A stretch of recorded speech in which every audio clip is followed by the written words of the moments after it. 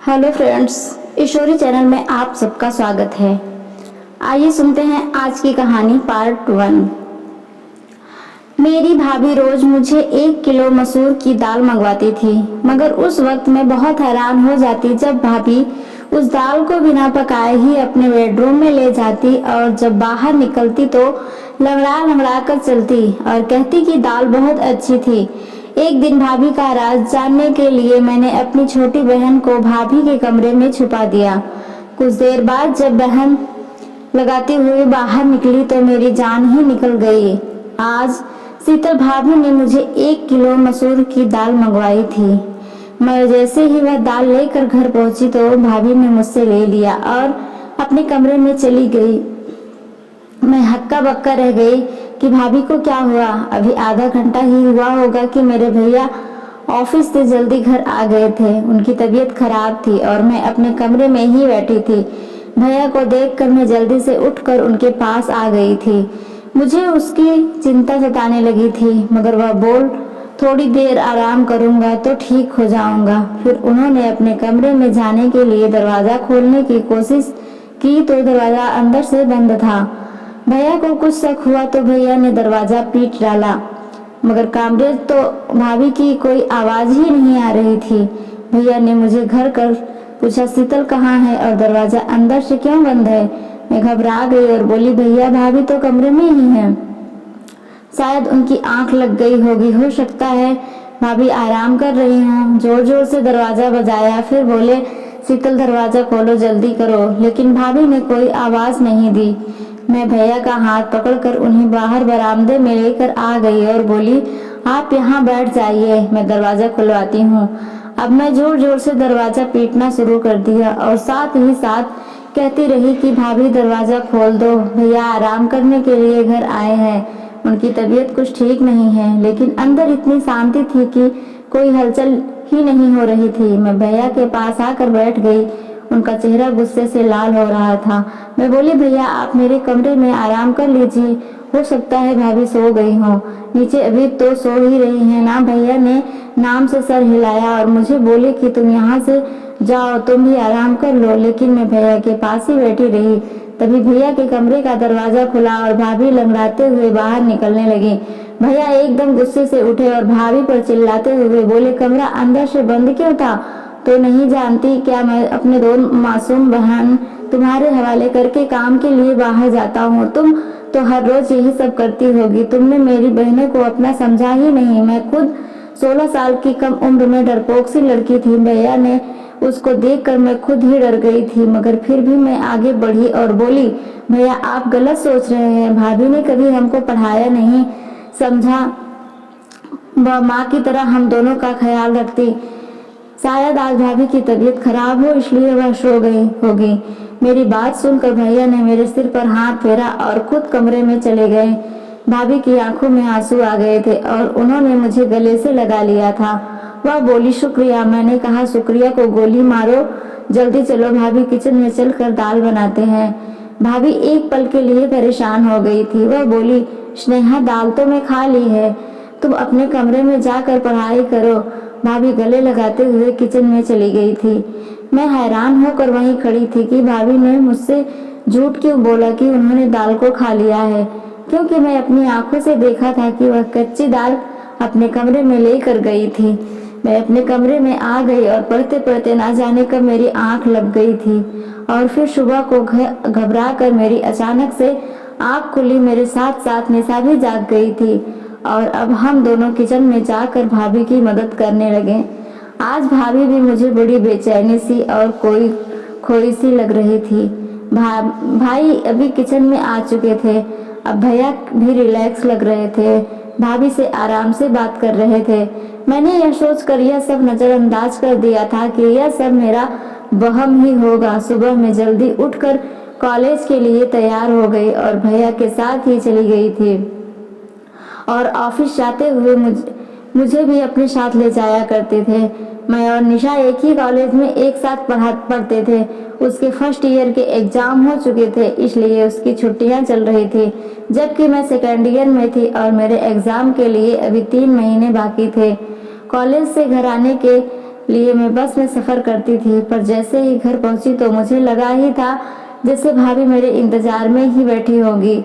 वह मुझे देखकर फौरन ही कहने लगेगी, स्नेहा जल्दी से यूनिफॉर्म बदल लो और मुझे 1 किलो मसूर की दाल ला कर दे दो।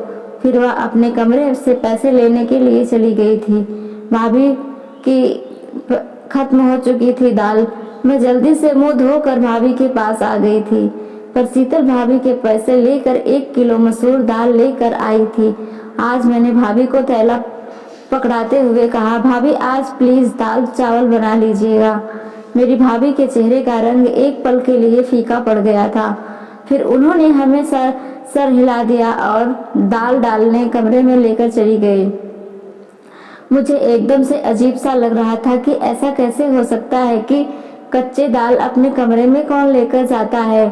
फिर मैं यही सब सोचती हूँ अपने कमरे में आ गई थी और पढ़ने लगी। शाम के वक्त भैया ऑफिस से आए तो मेरे और निशा के लिए खाने पीने का सामान लेकर आए थे। भैया की आवाज़ सुनकर भाभी भी अपने कमरे से निकल कर आ गई और वह लंगड़ा कर चल रही थी। मैं हैरान रह गई कि पहले तो भाभी के पैर की लंगड़ाहट खत्म हो गई थी, अब दोबारा वह क्यों लंगड़ा रही हैं। मुझे भाभी पर शक हुआ। कहीं भैया को दिखाने के लिए नाटक तो नहीं करती, लेकिन जब मैं भाभी के चेहरे की तरफ देखा तो साफ साफ पता चल रहा था कि वह बड़ी तकलीफ में है। मैंने अपनी सोच को फौरन बदला और भाभी के पास गई और उनसे पूछने लगी। इसलिए भाभी फटाफट किचन में चली गई थी और मैं अक्सर किचन से भाभी को मदद करती थी। आज भी मैं उनकी मदद के लिए किचन में चली गई। मैंने कहा, भाभी दाल चावल के बारे में सोच सोचकर बड़ी भूख लग रही है। भाभी ने मेरी तरफ बड़ी अजीब सी नज़रों से देखा था। भाभी कहने लगी, आज तो मैं घर में आलू की सब्जी बनाई है। दाल तो मैं कब का खा गई, बहुत ही अच्छी दाल थी। यह सुनकर मैं हक्का बक्का रह गई थी। एकदम ही मेरा दिल भर आया और मैं सब कुछ छोड़ छाड़ कर अपने कमरे में आ गई थी। मैं अपनी सोच में घूमती, लेकिन निशा को देखकर मैं एकदम से चौंक गई थी, क्योंकि वह अपनी पुरानी फर्स्ट ईयर की किताब खोलकर बैठी थी। मैंने उससे कहा कि जब पढ़ने के दिन थे तब तो तूने पढ़ाई से जान बचा ली, अब क्या फ़ायदा इस पढ़ाई का। मैं निशा से किताबें खोलने के लिए हाथ आगे किया तो उसने मेरा हाथ ढक दिया था और एकदम गुस्से से बोली, कभी तो मेरी जान बख्श दिया करो, हर वक्त मेरी माँ बनने की कोशिश मत किया करो। आप सिर्फ मुझसे 2 साल बड़ी हैं, 20 साल नहीं, जो मेरे हर मामले में फिरती हैं। मुझे निशा से इस तरह के बर्ताव से बिल्कुल भी उम्मीद नहीं थी, तो कभी मेरे साथ इस तरह की बात नहीं की थी।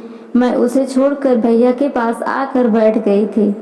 भैया मुझे पढ़ाई के बारे में पूछने लगे, जबकि मेरा सारा ध्यान भाभी की टांग पर था। वह भैया के सामने आने का टाल रही थी और बहुत मुश्किल से कोशिश कर रही थी कि वह लंगड़ा कर ना चले, तो परेशानी की वजह पूछने लगे। मैं बिना कुछ सोचे समझे ही भैया को बता दिया कि निशा ने मेरे साथ बदतमीजी की है। भाई यह बात सुनकर हैरान हो गए थे। फिर उन्होंने निशा को आवाज़ देकर बाहर बुलाया और बोले कि तुम हर वक्त कमरे में क्यों घुसी रहती हो, बाहर आकर हम सब के साथ क्यों नहीं बैठी। भैया के शब्द अभी मुंह में ही थे कि निशा ने जोर जोर से रोना शुरू कर दिया था। वह बोली, पिताजी खुद तो इस दुनिया से चले गए, लेकिन मुझे दर दर के ठोकरे खाने के लिए छोड़ गए। भैया कहता है कमरे में मत बैठो, भाभी कहती है घर के कामों में हाथ बटाओ, जबकि मेरी बहन तो मेरी दुश्मन ही बनी हुई है। भैया निशा की हालत देखकर हैरान रह गए थे। फिर भैया उठे और निशा को गले लगाकर प्यार करने लगे और बोले, निशा तुम जानती हो कि मैं तुम्हें कभी अपनी बहन नहीं समझा, हमेशा अपनी बेटी ही समझा है। फिर तुम इस तरह की बातें क्यों सोचने लगी हो। निशा कुछ भी बोले बिना सिर्फ रोती चली जा रही थी। हम सभी परेशान हो गए थे। फिर अचानक ही उसने अपने आंसू पोंछ लिए और हमसे माफ़ी मांगकर कमरे में चली गई थी। भैया ने भाभी को आवाज़ देकर बुलाया और बोले, शीतल, आजकल निशा घर में ही होती है, यह इतनी चिड़चिड़ी क्यों हो गई है? भाभी का चेहरा एकदम ही सफ़ेद पड़ चुका था। वह बड़ी डरी हुई लग रही थी। वह बोली, सुनील, निशा हर वक्त कमरे में ही बैठी रहती है, इसलिए मैंने 1-2 बार उसे बोला था कि घर के काम काज में थोड़ी मेरी मदद कर दिया करो, इस तरह से तुम बोर भी नहीं होगी। शायद उसे मेरी बात का बुरी लगी होगी। भैया कुछ सोचने लगे थे, जबकि ना जाने मुझे ऐसा क्यों लगा जैसे शीतल भाभी हमसे कुछ छुपा रही थी। बात सिर्फ इतनी ही नहीं थी, कुछ ना कुछ गड़बड़ तो ज़रूर ही थी। अगले दिन भैया हमारे कमरे के लिए टीवी लेकर आए, अच्छी अच्छी मूवीज़ ले आए और लाकर निशा के हाथ में समाधि दे दी और भैया कहने लगे, आज के बाद तुम घर में बोर नहीं होगी। फिर चारों भाई के हाथ में दे दिए और बोले, शीतल, तुम और स्नेहा कैरम खेल लिया करो। यह देखकर भाभी भी मुस्कुरा गई थी। मैं जब कमरे में आई तो निशा मुझे बड़ी जोश में लग रही थी, इसलिए हमें सारा दिन फिल्में देख लिया करूँगी, तुम पढ़ाई में ध्यान लगाती रहना।